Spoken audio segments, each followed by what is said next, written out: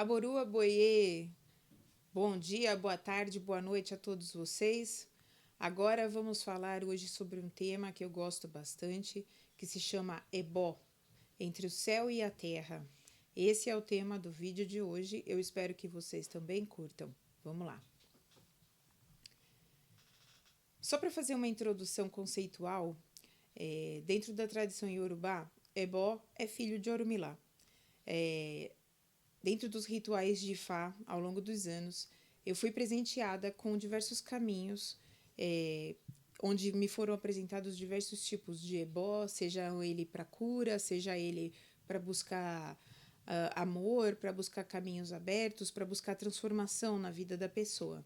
E hoje eu quero compartilhar um pouco com vocês uma das questões mais essenciais a respeito de ebó, que tem a ver com a presença do indivíduo e com a perfeita execução do ebó em si.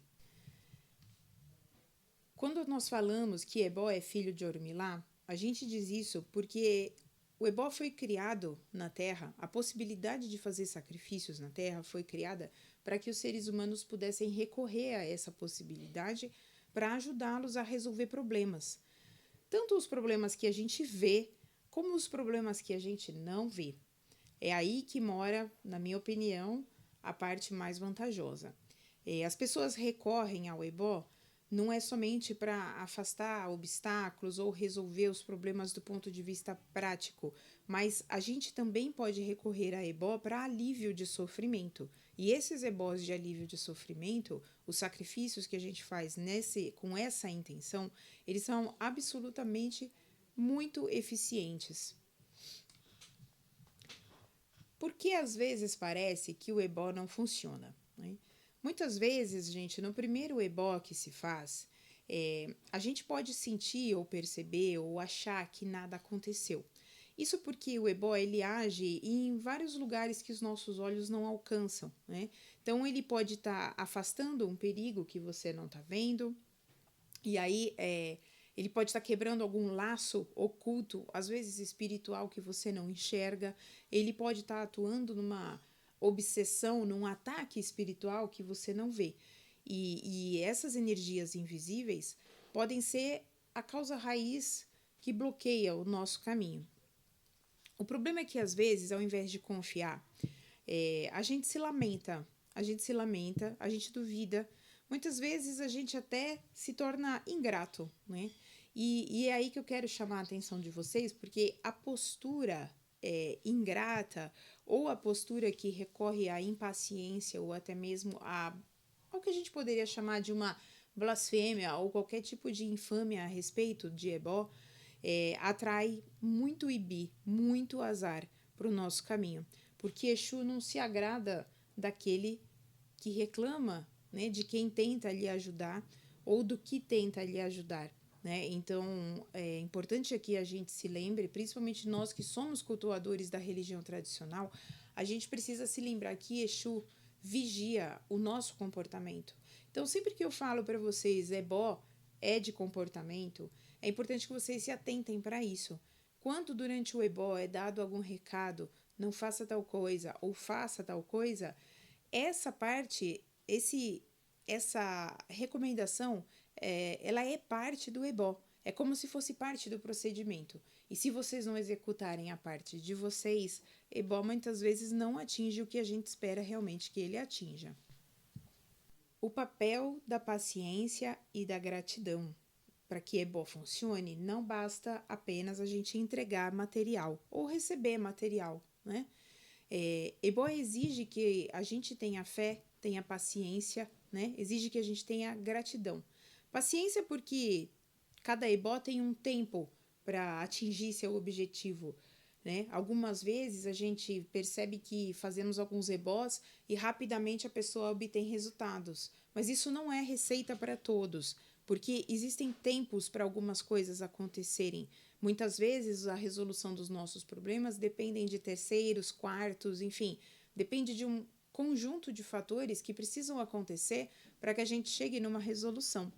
E a gratidão ela é importante porque aquilo que nós não vemos eventualmente já pode estar protegendo você de um mal maior, não é? Então, entendam, quando você cumpre o que Ifá pede, o que ele recomenda e mantém o teu coração aberto, o ebó ele floresce com a sua maior intensidade e plenitude. O que é que nós chamamos de o caminho do ebó? É importante que vocês entendam que após o sacrifício, o Awô, no caso, né, eu como sacerdotisa de vocês, ou quem estiver fazendo o ebó, faz a consulta com o Ifá depois para assegurar que esse ebó foi encaminhado para o lugar correto. Né? Então, nesse momento, Exu é convidado a essa conversa. E é ele quem leva esse ebó, né, para o céu, para o mundo espiritual, aonde ele de fato vai ser encaminhado e aceito. Então, quando eu digo para vocês que Exu está presente e que ebó é feito e entregue para Exu, Exu é ebó, né? Aquele que recebe o ebó e encaminha ele até o lugar correto. Ele é convidado durante o procedimento, mesmo que ebó não seja entregue fisicamente para Exu. E é ele que precisa ser sempre agradado e agradecermos, né, a Exu Elebó, que é aquele que vai trabalhar para nós e levar o ebó para o mundo espiritual. A importância do preparo correto do ebó, porque ebó não é só rezar, não, né? Precisa ser preparado corretamente, precisa ser feito na ordem certa. E quando as instruções de Ifá são seguidas, a gente acaba não tendo problema para fazer a entrega e também a aceitação desse ebó. E da mesma forma, quem faz o ebó não acaba tendo nenhum problema para receber o seu problema resolvido, né? Vamos dizer dessa forma. É importante que vocês saibam que todo ebó tem um tempo e tem uma natureza, né? Ou seja, o seu efeito não vai ter um prazo definido. O ebó, ele pode atuar na nossa vida até que o problema se resolva. Então, nem sempre é resolvido da noite para o dia. Algumas vezes vai levar um pouco mais de tempo. E às vezes ele até precisa ser complementado com algumas outras coisas, com um acolchê, com uma medicina, com outros remédios, vamos dizer dessa forma, que podem nos ajudar ou continuar nos fortalecendo até que a gente consiga aguardar o resultado do ebó. Alguns ebós não podem, por exemplo, ser vistos, né? Outros ebós precisam ser repetidos periodicamente. Tem ebó que tem que ser feito de dia, de noite, durante a tarde, né? Então, desde o momento em que você decide fazer o ebó, até o momento em que eu faço o agendamento num determinado dia ou horário, e o momento em que eu jogo e te passo as últimas recomendações depois do ebó que foi feito, até aí o procedimento ainda está recorrendo. Então vejam como é importante que a gente entenda a diferença entre preço das coisas e o valor que elas realmente têm. Porque fazer ebó não é pouco trabalho, nem para mim, nem para quem decide fazer. A gente precisa citar e falar sobre as duas dimensões de um ebó. Né? Ebó pode ter uma dimensão positiva e também uma dimensão negativa. Né? Por ele ser uma força viva, né? A entrega ser uma força viva, ela precisa ser guiada por uma pessoa habilitada para isso. Porém, é importante dizer que boa parte do resultado do ebó vai depender da postura daquele que faz de fato a oferenda, não o sacerdote, mas aquele que está de fato fazendo o ebó, aquele que está recebendo a oferenda, né? Essa pessoa precisa se manter em confiança, precisa se manter paciente, ela precisa se manter lembrando daquilo que foi falado no ebó, né? Não adianta você receber recomendações e esquecer delas 2, 3 dias depois, como se nada tivesse acontecido. Aí você está simplesmente investindo o seu tempo em vão. Eu quero trazer aqui uma reflexão final trazendo um termo que na verdade é um conceito iorubá sobre Elenini, né?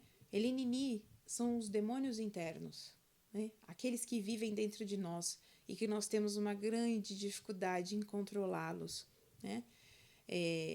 Elenini é um inimigo perigoso, um demônio interno que nasce dentro da gente por conta do medo. Ele nasce dentro da gente por conta da dúvida. Ele nasce dentro da gente por conta da fé capenga, sabe? Por conta daquilo que não está ainda enraizado em nós. Então, Elinini é a maldição que você mesmo cria dentro de você, quando você começa a acreditar nas coisas contrárias àquelas que você foi pedir no ebó.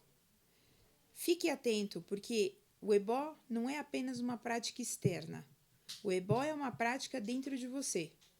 Se o seu Elenini, se os demônios internos que você está gerando dentro de você estiverem ganhando força e você perceber que está ficando desestimulado, com pensamentos negativos, contrários àquilo que você foi buscar no seu ebó, se você perceber que você está duvidando de tudo, se você perceber que algo dentro de você não está agindo a seu favor, principalmente após ter feito ebó, é essencial que você retorne com o seu sacerdote. E é mais essencial ainda que você faça um exercício interno de procurar sair dessa situação usando banhos, usando rezas, fortalecendo o seu ori. Porque, mais uma vez, eu reforço para vocês, ebó não é uma prática externa. Não é o que o outro faz para nós e que funciona muito bem. Ebó é uma prática primeiramente interna. Só para a gente finalizar, pessoal, como eu já falei no início, ebó é um presente que Orumilá deixa para a humanidade como ferramenta. Ele continua funcionando, ele continua trazendo equilíbrio, trazendo cura, trazendo bênçãos. Eu espero e eu desejo que cada um de nós saiba sempre honrar essa força, essa herança com a nossa fé, com paciência, com gratidão. E eu desejo que hoje, amanhã e nos próximos dias, o seu Elenini perca força. Perca força. Eu desejo que o seu demônio interno não domine o seu ori, não domine seu ocan, né? Eu desejo que o seu demônio interno seja dominado por você. Axé.